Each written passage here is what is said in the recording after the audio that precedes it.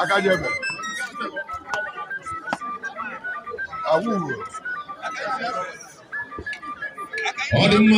Biko onye table district police officer high chief sir Godwin onye Rutimba onye nke echileti tata bụ igwe ọba nwere second dịka Egbe eji job 1 na Anam. Egbe eji job biko chụọ na Egbe eji job. Anyị ekene gị dị na ụlọ gị anyị ekene gị anyị kwesịrị na ebe ọrụ iji job ọhụrụ na-arụ ọrụ nne.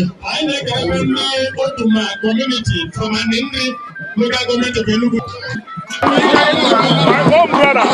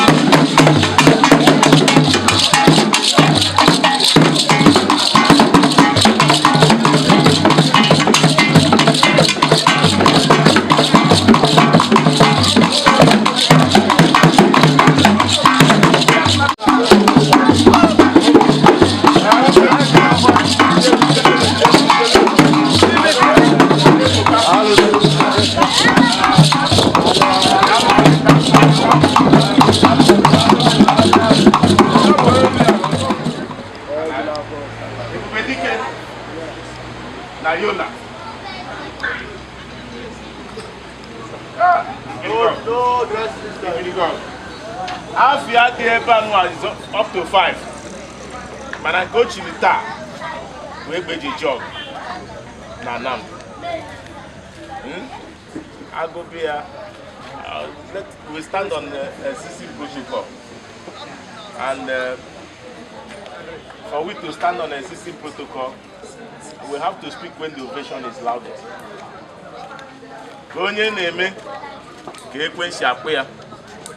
That is equal adage. If an office here, award don't wherever the more than 10. Nketa America send a bribe. Or any bribe. If I have witness. If I may ta, una manifest when you Egbe job. If I didn't Egbe job, or actually go see Ade. Obodo ekpere so pipi. To just stand ni mo no aye ba. Man na dey kidnap ndị mmadụ. Etugo mota. Sorry. Ewe kidnap and dey kidnap na the man now. Say na masi Chineke. Go carry us. Oda agwa dị oge, ni oge me dia n'ime. Owe ewe hazie nya bụ ọnọdụ. Kwakọ ka ya ga-esi je nya bụ ọgụ. Na mmasị Chineke ọ bụrụ onye isi nchụaja ije nya bụ nke a bụrụ DPO na-asị emewu na go na come and tell me ọ nọrọ n'ọfịs na-ere olu ochie ọ bụ DPO ọ na-agwa gị kpụrụ helmet bụ ihe bulletproof ọ sịgọ ya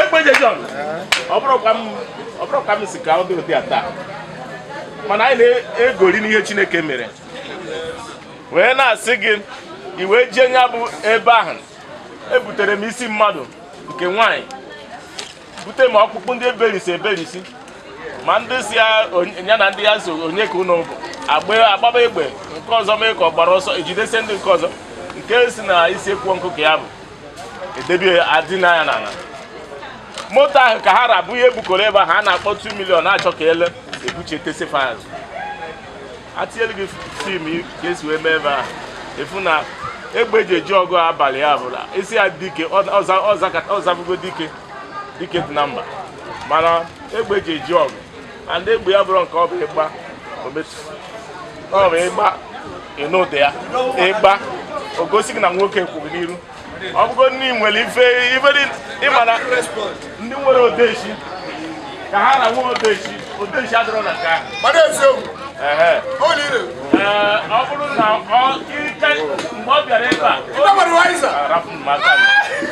Sir, without wasting other people's time, my officer,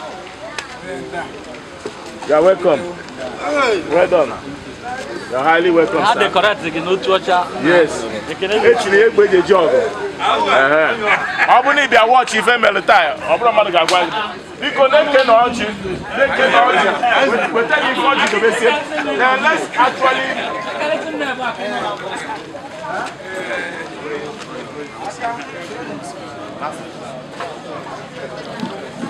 The dignitaries, whatever you are being titled or whatever you are being given, your own title, may you receive it. Without wasting your time, please. May I request for the opening prayer. May I request for the opening prayer. The Conde Giro events. You can have it. Let's pray. Okay. But where are you going to be? Pastor is here.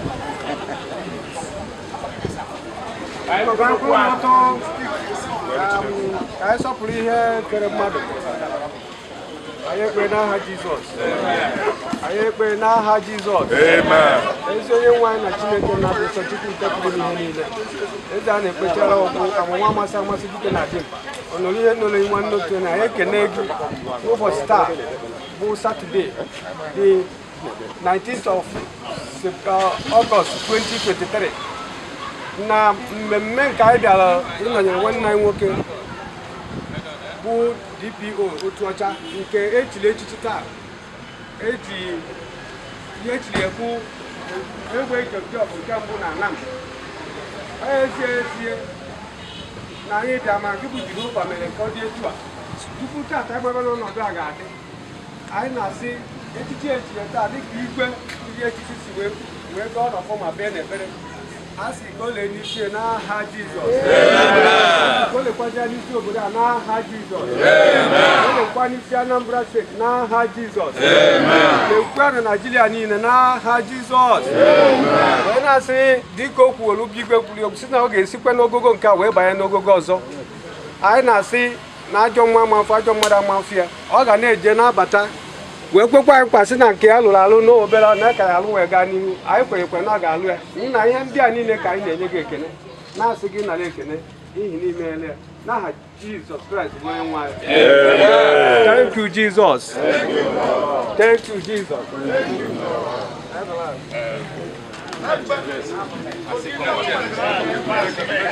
Anambra ekene mụ Anambra ekene mụ anyị kpele na Chineke oji m ọjị n'aka nwere ya dị n'udo ya kwuru Anambra isa dị n'udo CSP mba ya na-alị alị mmadụ na tada anyị na-atọ ya bụ Commission of Eston promotion by promotion ka ya na-enweta ọnụ ya bụ na mma n'aba Jizọs ekere gwa m unu na-eje ndụ ike mbawa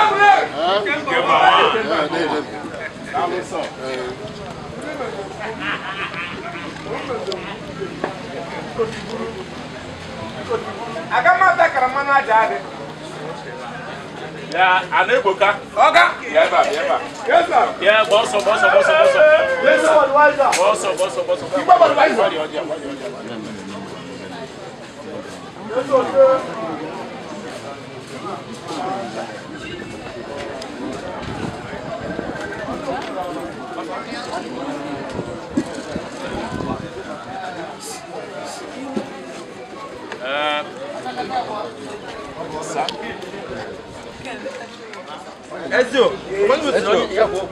Yes sir. Sorry sir. Okay. He recognized work and half water. Okay. If you have a Madike, all about Joe Buluso. Yes. If I open a Mebonale, all I saw see Jebe. So now you recognize the attack. I show you one will let you change it. I can on your bone. No fight, you back. I do. Amen. Daluso. Egbe agree.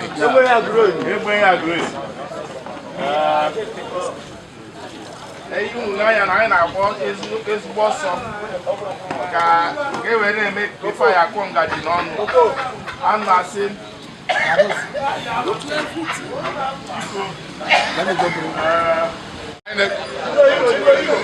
Na mbụ anyị na-ekene Chineke na isi nwanne anyị nwoke ụzọ taa aka nke chilechi taa mbụ Egbe Jọb. Anyị na-asị na ọ ga-adịrị na mma na Eke, dịrị na mma na Olie, dịrị na mma na Nkwọ. Aha Chukwu Oke Obiọma. A sị na ka o ji ego mbi ọma gaghị akọ n'ala ya. A sị dịka ihe ọma o mere eji wee chie echichi ya na nke ọ ka ya emedilu ga-aka. Wee na-asị na ndị mbịara ebe a bịa nọnyere ya, a sị na ọma ga-emekwa ya n'otu aka. A sị na ụkwụ anyị ji bịa na nke a ga-eji na ya aka ya mma. A sị onye asị o jide ka o ji na nke ọ na-eme dị mma ya o melụ gaba. So ekene m onye ọbụla.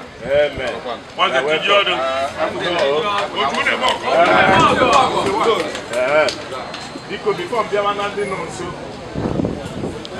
ka mkpọlitekwe mmadụ dịka Prince onwe ihe ọ ga-agwa anyị n'ihe ọ fụrụ taa maka na ga-enwe aka ebe n'ihe ọbụla na-eme ka ha liwe ọsa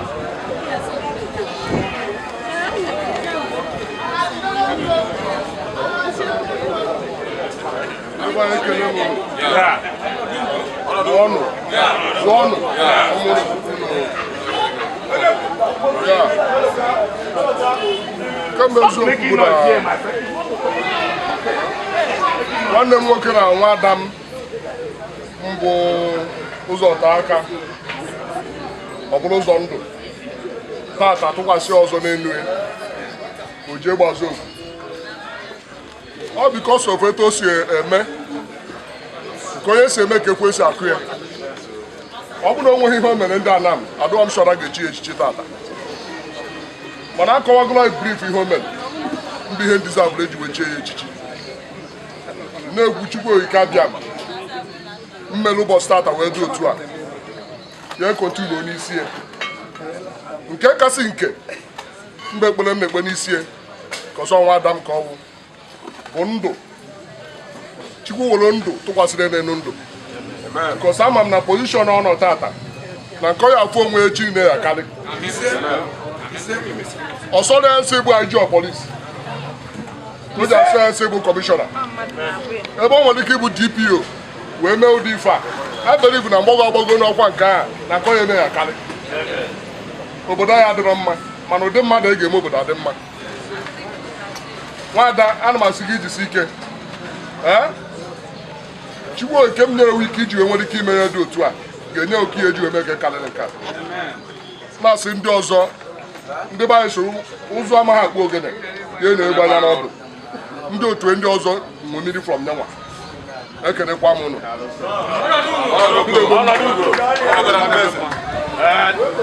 without wasting time, please. This is our own primary constituency, and if every other person must have spoken and his primary constituency did not speak, then something is wrong. I'm now in our own system we have hierarchy, and on whom it lands on his shoulder, there's no other person other than CSP. Please, may you give us a brief remark. Thank you, sir.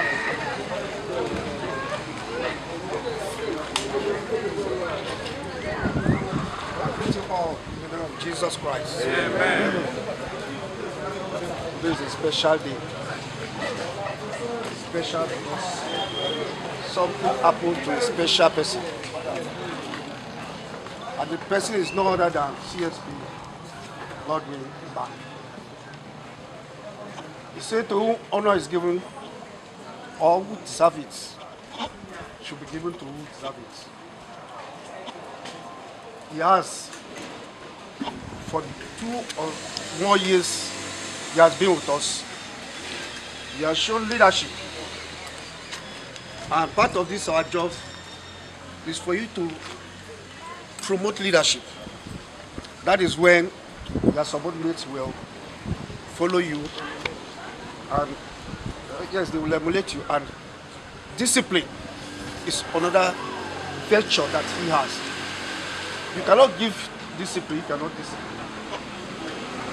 And these are the part of the reason why he is celebrated today. the government recognizes us, federal chiefs, with a pedigree that for you to become a PDP, you must have that feature or that position as a federal chief. And if you don't disappoint, more promotion will come. Thank you today because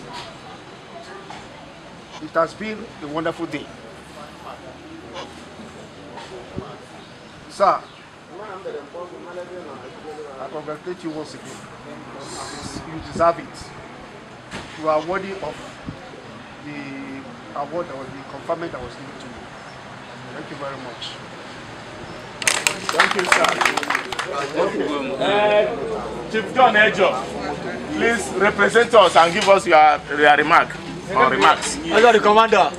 Yes. I'm happy to come in. I'm very happy for today. Today is a sessional day, and we are staying with a sessional person. We have been having DPOs in this station. Since the inception of this station, we have been having DPOs. But this is a sessional day. It's a sessional in the sense that he's ready to go to war. Listen to him now. He's ready to go to war, and he's ready to advise you. He's not part of war only, but he's ready to advise you, my friend. This is what we are going to do. So it's a sessional. Since the inception of this station, we have been having DPOs, very powerful ones. But this is a sessional. And I think I've said something that will make all of you to understand why it's a sessional. So I thank you. The person that is crowning him today is not making mistake, but you find something very exceptional in him. So thank you. Thank you. You're already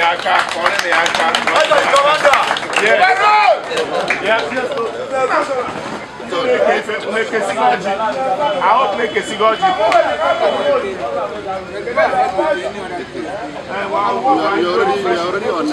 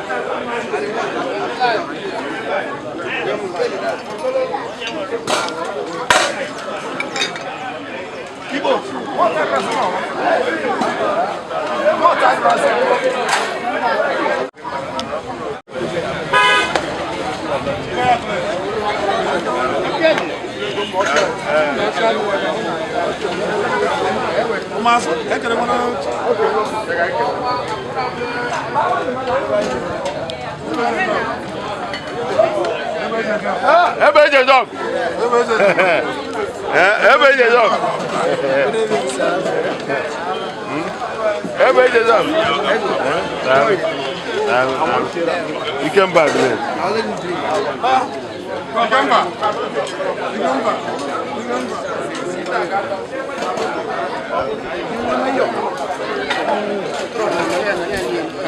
No, con América que nada.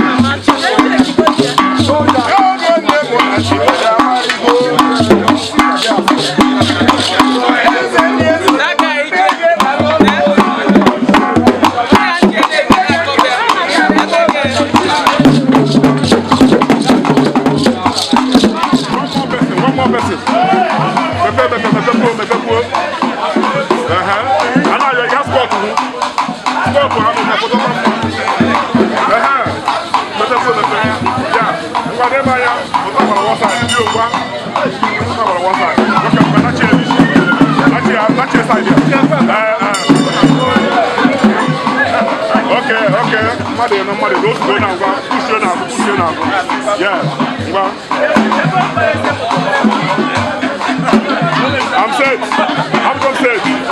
Oh yeah. Okay. Yeah.